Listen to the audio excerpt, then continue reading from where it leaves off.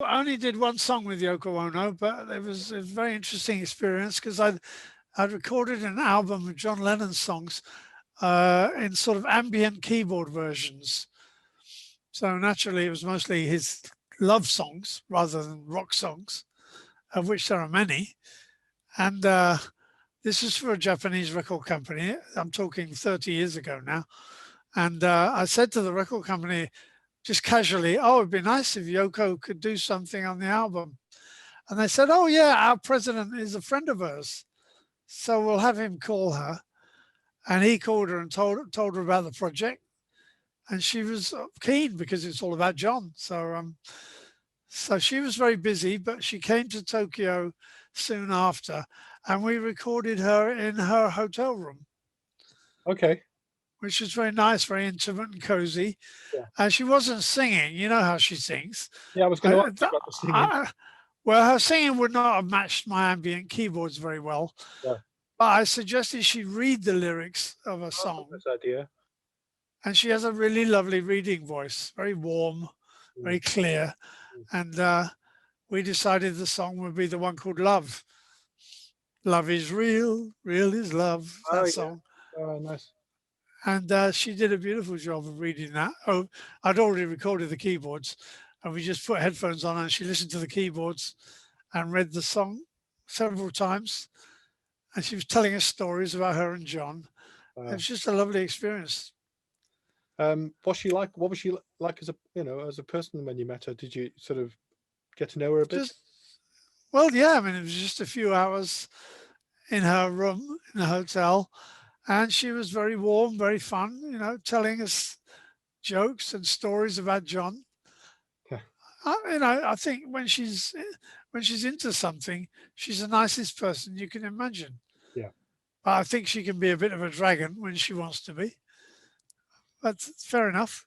Most people can. There you go. Just to lead you back to a couple of things. With the Hybrid Kids album, I noticed Andre Shaps, who's a brother of Grant. I saw a lovely thing he wrote about it. He was a keyboard player in Big Audio Dynamite, another band I really like, actually. I suppose he did all that clever stuff where they were firing sounds off the keyboards. But, he said how much he was influenced by you. I guess that was nice. That was a fantastic thing to read. Yeah, I mean, it only popped up somewhere a few years ago. And he told me this and I thought, well, how lovely. And I put it on my website and he said, that's fine. And then we met not long after in London. And now we're very good friends and we're Facebook buddies. And who knows, we might do something together one day. Yeah, that would be great, wouldn't it? It's quite the fact he's Grant Shapps' brother was kind of humorous in a way, really. The big audience. Well, what I like is I don't really know much about British politics, but what I like, the connection I like, that he was in Big Audio Dynamite, which was Mick Jones's band of the Clash, right? So Mick Jones was a huge Mott the Hoople fan before the Clash. Okay. I mean, there's stories about Mick Jones as a 14-year-old following Mott the Hoople around the country, and he had no money, so he'd jump on trains and then jump off the train without paying, and then he'd go to the gig and bang on the stage door and say, can I come in? And Mott the Hoople was fine. Yeah, come on in, mate. Come on in, kid. You can be our roadie for the night or whatever. So that's where Mick Jones was learning about rock and roll.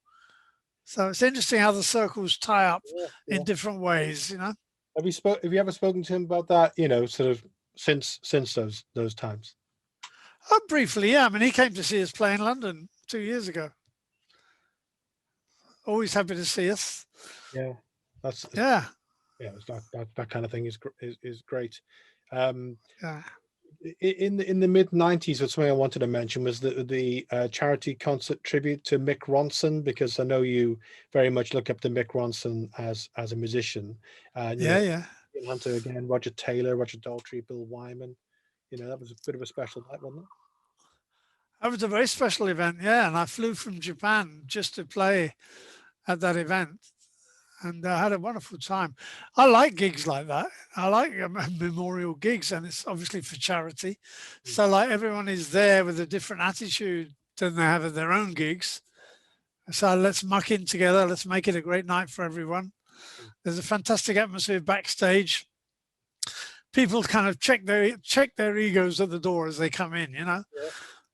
And it's a lovely atmosphere. It's worth doing it just for that. What's it like for you as a kind of successful and well-known musician, when playing with other successful and well-known musicians? Is it for you, or do you think for any of those people, any sense of, oh, I can't believe I'm playing with so-and-so? Is it, did you get that? Do you think about that at all? Or you just take it for granted? I don't know. Of course. Oh yeah. Yeah. I knew the Who from way back and saw them many times, hung out with them, but I'd never played with them.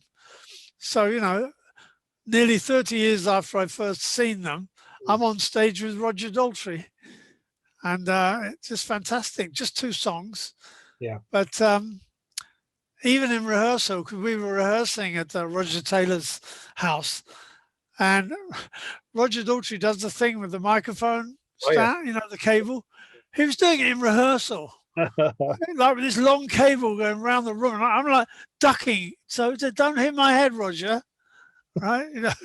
But just things like that. It's like, oh my gosh, I'd seen him do that countless times, and here he is doing it in the same room as me. Just Pete Townsend, was he involved in that? No. He wasn't doing the arm thing at the same time, sort of thing. No, that would have been nice, wouldn't it? No, his brother Simon was there. Okay. He was a really nice bloke I'd never met before. Who else was there? I mean, a lot of people there. Bill Wyman, his band. Yeah. Which had what's his name from Procol Harum, singer, and Captain Sensible was there and dropped his trousers. Yeah, just a fantastic night though. Just one band after another. Really well organized. It was Mick Ronson's sister who did all that. Maggie, she put it all together. A huge amount of work, and it was exactly 1 year to the day after he died. How great a guitarist was Mick Ronson? Brilliant. He was like a one-off, really. And he wasn't brilliant. I mean, my number one is Jimi Hendrix, who I used to see playing in pubs in North London when I was 16.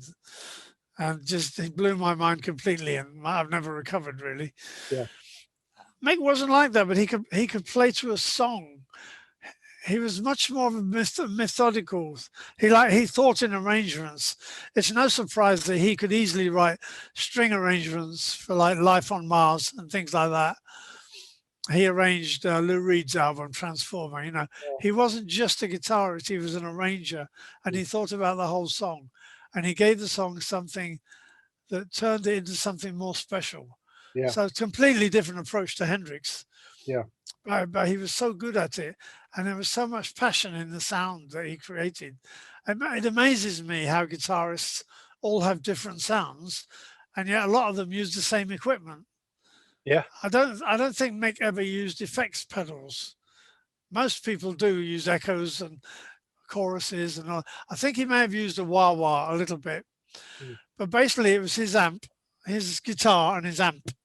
And he got a sound that's different to everybody else. I don't know how they do it. I think it's the way they play the strings, it's how soft or hard their fingers are. But more than that, it's about your attitude. Yeah.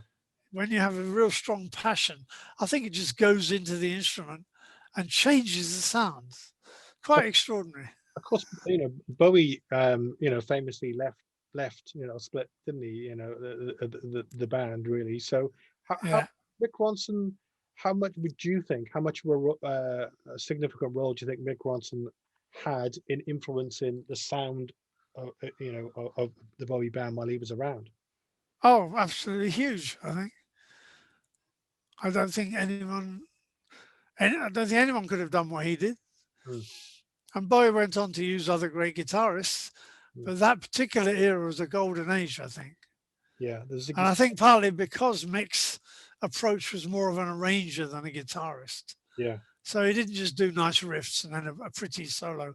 He kind of pulled the whole thing together. So it was like the glue that pulled it together. I'm sure he did a lot of work on the arrangements as well as on the guitar parts, like how to play the piano and the bass and the drums.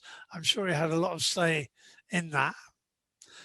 It's odd, but I think it's odd when singers do that. That thing of, oh, that's it. I don't know why they do it. They just need to sort of recreate for some reason. I suppose maybe it comes down to ego. I don't know, but just since you've got such a fantastic band, why would you do that?